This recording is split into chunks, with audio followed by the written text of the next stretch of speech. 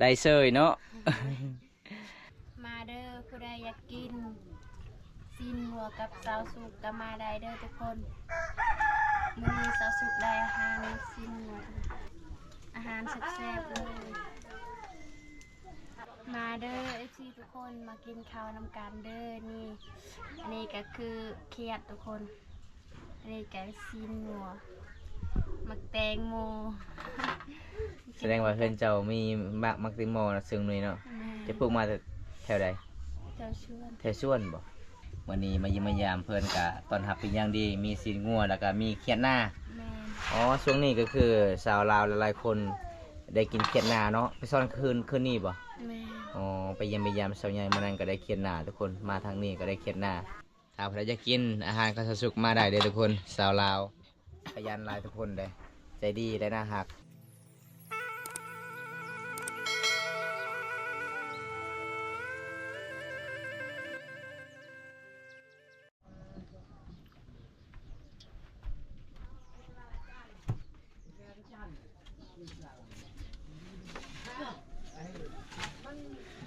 สบายดีชาวสุก โดยสบายดี จะเห็นอย่างนี้นะ เห็ดกิน เห็ดกินโอ้ได้หั่นอย่างฮะ ตะแกรง ตะแกงมีหยังตะแกงนะ งัว โอ้เคยคิดว่าแกงอะล่องแกงลีน เอาทุกคนวันนี้มาเยี่ยมมายามสาวสุขคือเก่าเด้อทุกคนเพราะว่ามี FC ให้บอมตาไปเยี่ยมไปยามเบิ่งน้องสอนปากขยองเก่งก็เลย FC คนหนึงบอกว่าอยากเบิ่งวิธีการเฮ็ดกินปากขยองยังลายบ่ปากขยองเจ้าบ่ ยังไร ยังมีอยู่บ่อยู่ไสปากขยองเจ้าไปโอ้นี่บ่ปากขยองบ่ แม่น โอ้อันนี้ก็คือแสดงว่าน้องกินมาเบิดน้องก็เลยใส่อยู่ในกระตุก แม่น อ๋อชิปปลาแดกบ่นี่มาน้องอ๋อเฮ็ดปลาแดกเวลาเขาจะคั่วกินก็ได้ ใส่กับกินส้มก็ได้ แม่น โอ้ตำบักหุ่งก็ใส่ได้บ่ ใส่ได้ ใส่ได้หมดเนาะแกงน้ำมันก็ใส่ได้โอ้ลวกผักก็ใส่ได้เนาะเฮ็ดแจ่วก็เฮ็ดได้เด้อทุกคนนี่ล่ะพี่น้องสาวสุขขายงหากินปลาขะยองเก่งได้หลายทุกคนปลาขะยองคือเป็นเส้นน้อยๆเนาะเป็นเม็ดน้อยๆคือเส้นผมทุกคนมามื้อนี้น้องก็สิได้เฮ็ดกินมีอาหารแซ่บๆเป็นว่าตะแกงกับไปเบิ่งน้ำกันเด้อทุกคนตะแกงอยู่ไสตะแกงน้องว่าตะแกงมื้อนี้ก็ดนแล้วบ่ได้ไปเยี่ยมไปยามน้องถ่ายวิถีชีวิตน้องทุกคนปกติบำตาไปถ่ายก็คือหากินกับน้องปลาขะยองก็เลยกลับ วันนี้ก็อัปเดตวิถีชีวิตน้องเลยทุกคนบรรยากาศยามต้นเช้าๆได้อ๋อตะแกรงคือสิ้นงัวเนาะ แม่น ฟังไทยเอิ้นว่าสิ้นวัวเด้อีพ่อแม่จะไปใส่มื้อนี้เนาะคือบ่เห็นอยู่เฮือน อยู่ตาราง อยู่ตารางอ๋อ14กุมภาเด้มื้อนี้เด้บ่มีครูมาให้เลยเนาะ แม่น ยังสดยังสิ่งเลยอ๋อคนอื่นมีแต่ดอกไม้ส่วนเจ้าเด้บ่มีครูมาให้เลย บ่มี อ๋อเป็นยังไงเงาอยู่บ่ เงา เงาแล้วเนาะเห็นเขาเจ้ามีดอกไม้ตลอดครูมาให้เนาะ แม่น เป็นหยังเจ้าคือบุมีครูเป็นหยังเนาะ บ่มีไผมาก บุมีไผมักเพราะว่าเฮาจน แม่น โอ้เฮาขี้ร้ายเฮาเป็นคนทุกข์ยากบ่มีไผมัก แม่น 14กุมภานี่แถวหมู่บ้านน้องนี่เคยบ่มีผู้บ่าวไปให้ดอกไม้บ่ เคยอยู่ เคยอยู่เนาะชนบทเฮาก็เคยเนาะ แม่น อ๋อคิดว่าอยู่แต่ในเมืองบ้านเฮาก็ถ้าผู้ใดมีแผนก็คือมีแผนไปให้ดอกไม้โอ้ส่วนเจ้าบ่มีไฟมาให้เลย มีแต่แม่ให้ไปสอนปลาขะยอง ไปหากินสอนป่าสอนกุ้งเลยทุกคน น้องคนนี้เก่งหลายได้เฮ็ดกินมื้อนี้น้องก็ได้สินงัวปลามีดเจ้าคมเหรอใส่ใหญ่โลดใส่ใหญ่ก็ได้ มีดเจ้าบ่เข้า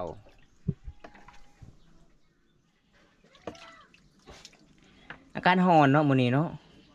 เรียกแล้วบ่สุดทางให้ ยัง ยังบ่ทันได้แล้ว จะออกทางให้จักมือเลยเจ้า ฮะห้าบ่สองมือจะออก ฮอด โอ้เก่งเนาะทางให้ก็เก่งไม่ยังอันนี้เห็นบ่อีกข้าวเจ้าค่ายบ่น้อง บ่แม่น เป็นยังนี่นะเป็นยังนี่เจ้าใส่ข้าวบ่ แม่น โอ้เวลาเขาเจ้าสวยข้าวเขาเจ้าก็เลยเกาะไว้แบบนี้ทุกคน มาบ่ได้กินมาเจ้าห้อยไว้ต่ำๆนะ บ่ โอ้แสดงว่ามาเฮือนเจ้านี่สุภาพเลยเนาะ เป็นระเบียบให้ห้อยเด้อทุกคนมาของเพิ่นเด้บ่แม่นธรรมดาเด้อทุกคนถ้าพอได้จะกินซีนัวก็มาหาสาวสุขได้เด้อทุกคนเพิ่นก็สิเฮ็ดกินให้สิงัวผากบ่ แม่ โอ้อ้าวอยู่บ้านข้างนอกมีงัวผากบ่ช่วงนี้บ่ฮะ บ่มี บ่มีจะได้สิงัวมาที่ไสนี่น่ะ ไปเสื้ออยู่เมือง ไปเชื่ออยู่เมือง ไปซื้อ ไปซื้อโอ้ก็เลยคือไปเชื่ออยู่เมือง เอาทุกคนเพราะว่าอีกหอมหน้าบอมตากะสิท้ายให้สาวสุกเฮ็ดกินปลาขะยองเพราะว่ามี FC คนหนึงหลายๆคนว่าจะเป็นทาง TikTok ทาง Facebook ทาง YouTube เขาเจะว่าบ่เคยกินจักเทื่อเลยปลาขะยองให้เฮ็ดวิธีอยากเบิ่งวิธีเฮ็ดกินแบบใดแน่ก็เลยโอกาสหน้าเนาะเจ้าน้องสุกกะสิเฮ็ดกินให้ทุกคนมื้อนี้น้องก็ได้อาหารแซ่บน้องก็เลยเฮ็ดกินเส้นวัวก่อนเบิ่งปลาขะยองของน้องพี่น้องเต็มกระตุกเลยพี่น้องเห็นบ่เต็มขวดน้องห้อยไว้อยู่ในเสาเฮือนนี่แหละวิถีชีวิตบ้านเฮาทุกคนถ้ากินบ่เบิดเฮาต้องเฮ็ดปลาแดกได้ปลาขะยองก็คือเฮาเฮ็ดปลาแดกได้เฮากินลาบได้เฮามกได้แต่ทุกคนคั่วก็ได้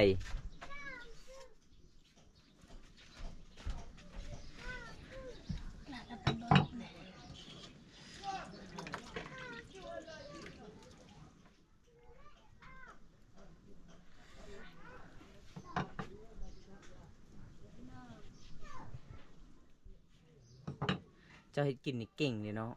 เจ้าใส่หยังได้เจ้าเฮ็ดกินนะ ใส่ผักบัว ใส่ผักบัวโอ้สมมติว่าคันเจ้าเอาผู้บ่าวพังไทยนี่เจ้าเฮ็ดกินแบบนี้บ่ เฮ็ดกินแบบนี้ โอ้สมมติว่าผู้บ่าวพังไทยบ่ถึกใจเจ้าเฮ็ดกินแบบนี้เด้เขาเจ้าบ่มักเด้เขาเจ้า บ่มักกะให้ บ่มักเขาเจ้ากินเองกินผู้เดียว แม่น โอ้แสดงว่าผัวอดเขาเลยมัดมือมัดวัน ถ้าบ่เคยกินก็ต้องเฮียนเนาะถ้าบ่ได้มักสาวมังกรต้องเฮียนสูตรสาวมังกรเฮ็ดกินเด้อทุกคนสาวมังกรนี่ขยันละลายทุกคนเลยได้พี่น้องนึ่งข้าวเป่าไฟฟ้าฟืนตักน้ำเกลือเป็ดเกลือไก่เกลือหมูบริการยังแรงหลังจากอาบน้ำก็คือ เวลาอาบน้ำในสาวเราคือชนบทบอมตาสังเกตลองเบิ่งทุกคนบางคนก็ใส่หม้องบางคนก็ไปซอนปลาเนาะเอามุงซอนกุ้งซอนปลาส่วนเสากุ๊กนี่ไม่ได้ซอนปลาเสากุ๊กมีแต่ลายลาเลยจะตึกแห่ก็ได้บ่เป็นนี่หรือบ่ชาวชุมโอกาสหน้าเด้อคอยสิพาเจ้าไปเอาปลาโบกมันอันเปลือกบอยโบกโอ้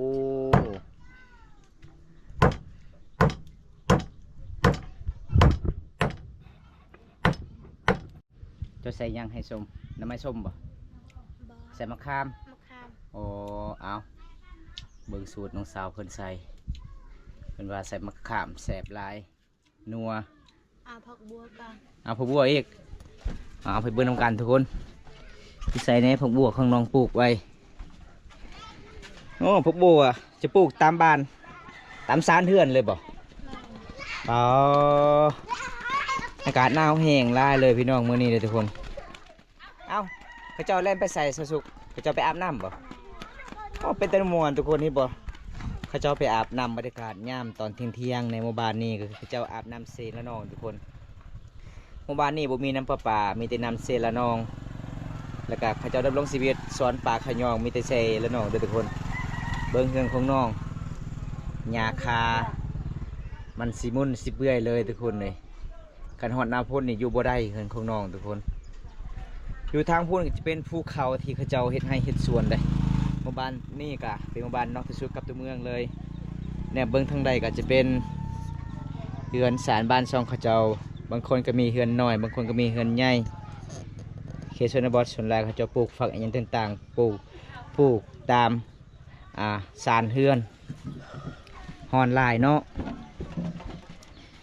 น้องเฮ็ดกินเองหาเองเฮ็ดกินเองทุกคนขยันหลายเลยน้องคนนี้ทุกคน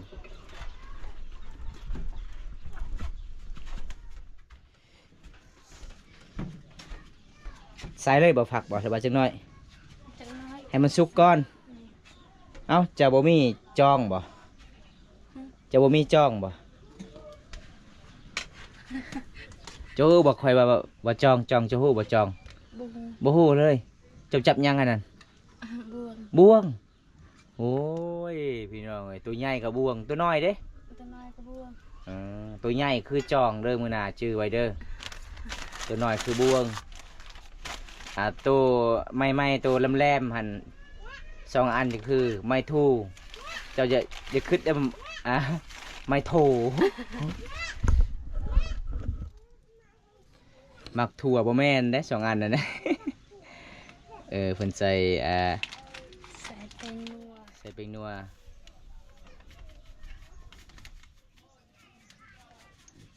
เก่งเนาะจะเฮ็ดกินเนาะ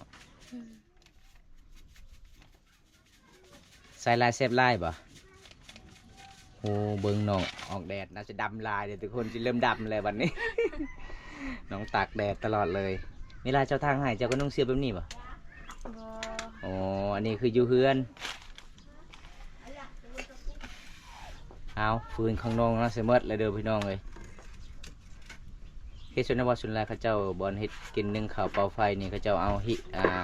ดินนี่พี่น้องมาถมให้มันเป็นคือหูโพนพี่น้องนี่ล่ะคือมาวิถีชีวิตบ้านนอกบ้านนาบ้านเฮาชุมเผารูมังกรกินง่ายอยู่ง่ายทุกคนกินสบายพี่น้องเคชนวอดในชนลายเขาเจ้าเลี้ยงมาเลี้ยงแมวเลยทุกคนอยู่ตามเฮือนได้เห็นบ่อันนี้คือแมวของน้องสุกเลี้ยงไว้เวลากลางคืนนี่เพิ่นไล่นูเลยเนาะเคยอยู่บ่แม่ของเจ้าได้นูอยู่ในป่าแล้วก็คือไปส่งให้เจ้าของเคยเนาะกินยอนเนาะโอ้แมวได้กินนูแมวได้กินนู แมวสาวสุกลานูก็คือไปส่งให้เฮากินโอ้สุดยอดทุกคนแมวเคชนบดนี่ได้นูแล้วอยู่ในป่าเลยส่งให้เจ้าของเฮือนหรือว่าจะพาเพื่อนให้กินพี่น้องเก่งลายเนาะแมวเนาะ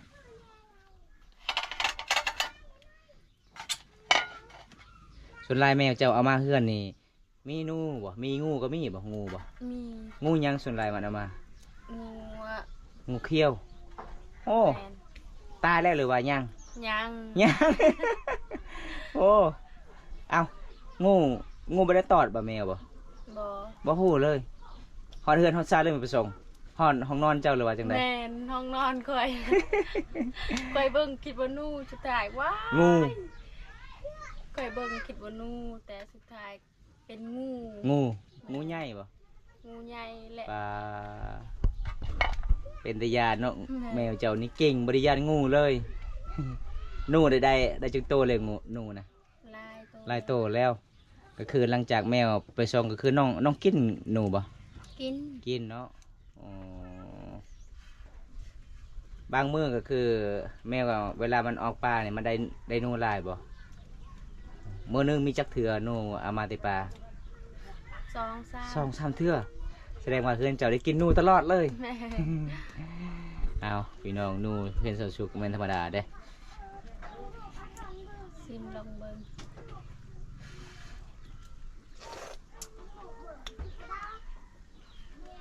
เป็นไดแซ่บอ่ะ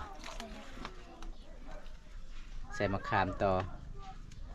บ่ได้ใส่เห็ดนำบ่บ่ใส่บ่เห็ดบ่ใส่เนาะนี่ละสูตรแบบบานๆ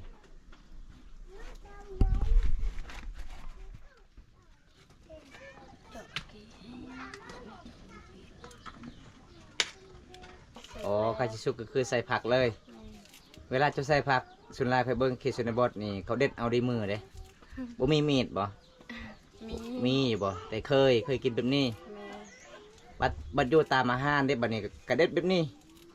โอ้บัดได้เจ็บมือบ่ บ่ โอ้ถนัดเลยเนาะ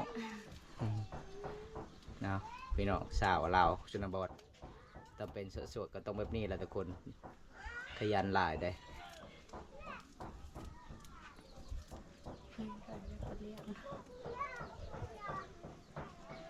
ใส่ว่าเฮือนครัวจะว่าสิเฮ็ดแล้วเมื่อใดเจ้าสิเฮ็ดนะเฮือนเจ้า บ่ฮู้คือกันแหละ ยังบ่วางเวียกบ่ช่วงนี้คือทางไห้เนาะก็เลยบ่ได้เฮ็ดทุกคนเลยเฮือนของน้องนี่คันสิฮอดหน้าพ้นนี่น่าสิอยู่บ่ได้เลยเด้เฮือนน้อยๆนี่จะเป็นเฮือนนอนในแม่เพิ่น2 คนน้องมีแม่2 คนนี่ห้องนอนอีฟอก็คืออยู่ทางนี้ทุกคนเห็นบ่ สุบทบอลหาแบบนี้แหละอยู่ทางพุ่งคือเขานอนเศร้าซุก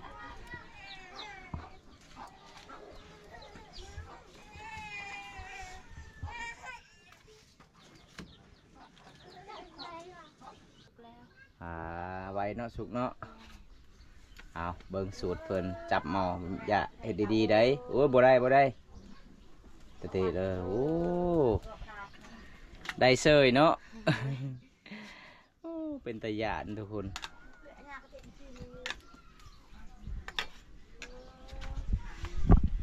เอายังเอาถ้วยมาเด้อผู้ใดอยากกินซีนวัวกับซาวสุกก็มาได้เด้อทุกคนมื้อนี้ซาวสุกได้อาหารซีนวัวนี่อาหารแซ่บๆเลย หอมหลายเนาะ แม่ เจ้าใส่ที่พักบัวบ่แล้วก็อิหยังมะขาม มะขาม โอ้น่าจะแสบหลายเดี๋ยวทุกคนเลยไปกินง่ายอยู่ง่ายกินแบบบาน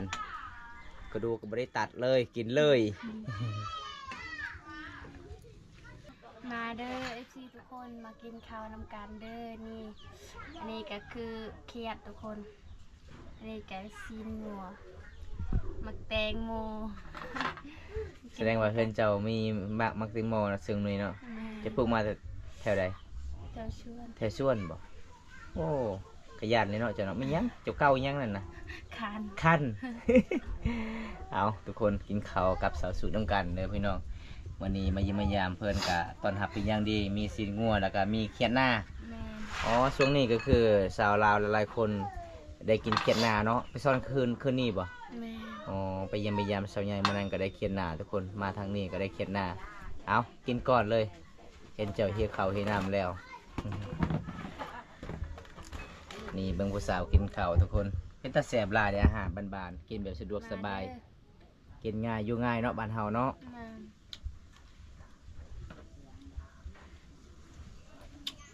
ขอยเบิ่งเจ้ากินนี่น่าสิแสบหลาย ว่าได้ใส่มักเล่นก็บ่ใส่ใส่แต่มะขามแล้วก็ผักบัวกินเลยถ้าใครจะกินอาหารก็สุกมาได้เด้อทุกคนสาวลาวขยันหลายทุกคนเลยใจดีได้น่าหัก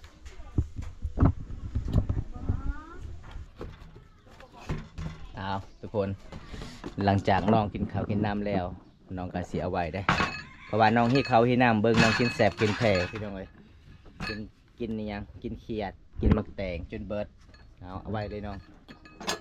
มันเป็นตามประเพณีชนบทลาวบ้านเฮาทุกคนถ้าเฮาบ่กินเฮาก็ต้องพายต้องจำบอกก่อนเวลาการเดินทางขอให้ปลอดภัยพี่น้องขอให้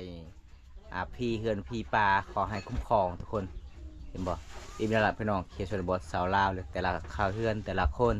ต้องใจดีแบบนี้พี่น้องเป็นตามประเพณีของสมภารมงคลเลยทุกคน